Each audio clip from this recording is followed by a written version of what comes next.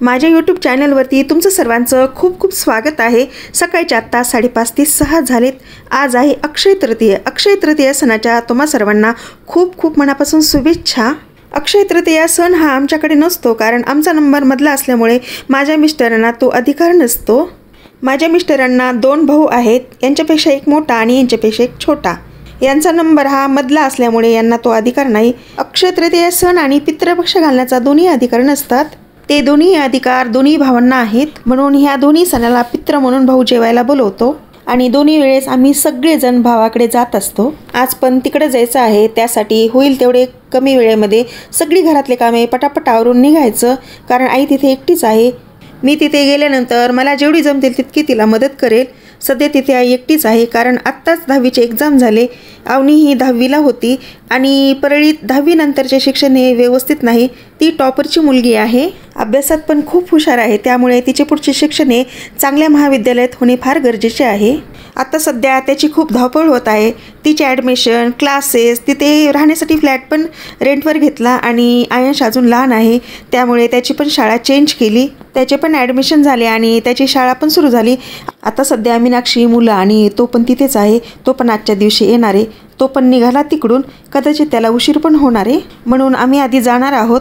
आणि जाता जाता आजच्या पूजेसाठी लागणारे साहित्य म्हणजेच छोटासा माठ, फूल, हार, आंबे हे सगळं जाता जाता घेऊन जायचं। आईला पण काहीच होत नाही आजकाल। देवाची पूजा, आरती, नैवेद्य पण झाला। नाश्त्यामध्ये सगळ्यांसाठी गोड शिरा बनवला, घरच्या तुपातला। सण असल्यामुळे गोडाचा शिरा तयार केला।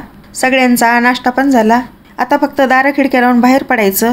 ओट्यावरतीच भांडी ठेवली, बाहेर पण कपडे वाळत घातले।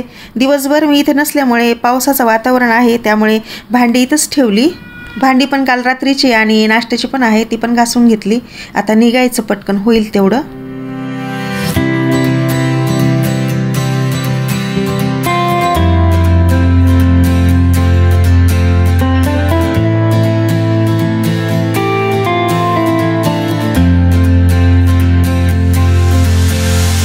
मुलं आणि ते खाली गाडीकडे गेलेत आणि मी आता घरातलं सगळं आवरून बाहेर पडते, कारण बायकांचं तसंच असतं ना, सगळं केल्याशिवाय बाहेर पडता येत नाही। आणि बाहेरून आल्याच्या नंतर पण खूप व्याप असतो, काही ना काहीतरी चालूच असतं।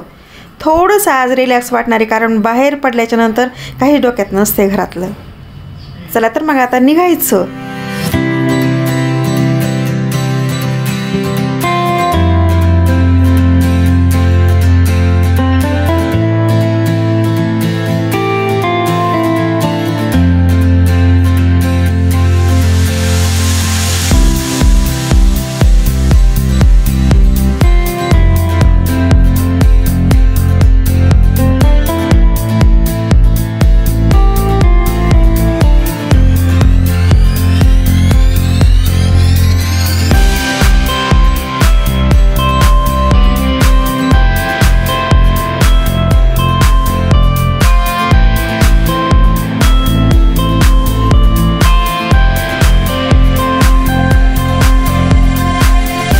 घरी पोचल्यानंतर कामाच्या घाई गडबडीमध्ये काही शूट करता आलं नाही। हा हापूस आंबा आहे, आता रस बनवायचा। आईने केलेली देवाची पूजा पहा, या वयात पण किती व्यवस्थित पण आहे।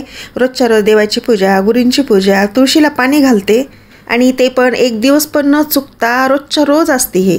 हे देव खूप जुने आहेत, खूप पूर्वीचे आहेत। रोजच्या रोज त्या देवासाठी ताजी फुलं आणि मंजुळा रोजच्या रोज गार्डनमधून आणून त्या देवाला व्हायचा, हा तिचा रोजचाच नियम आहे, एक दिवस न चुकता।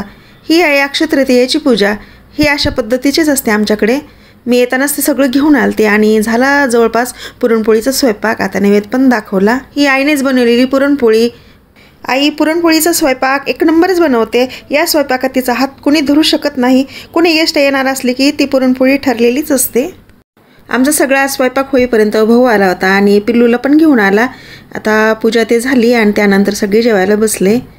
आईला आता सुधरत नाही। मी तिथे पोहोचल्यावर पटापट उरकू लागले।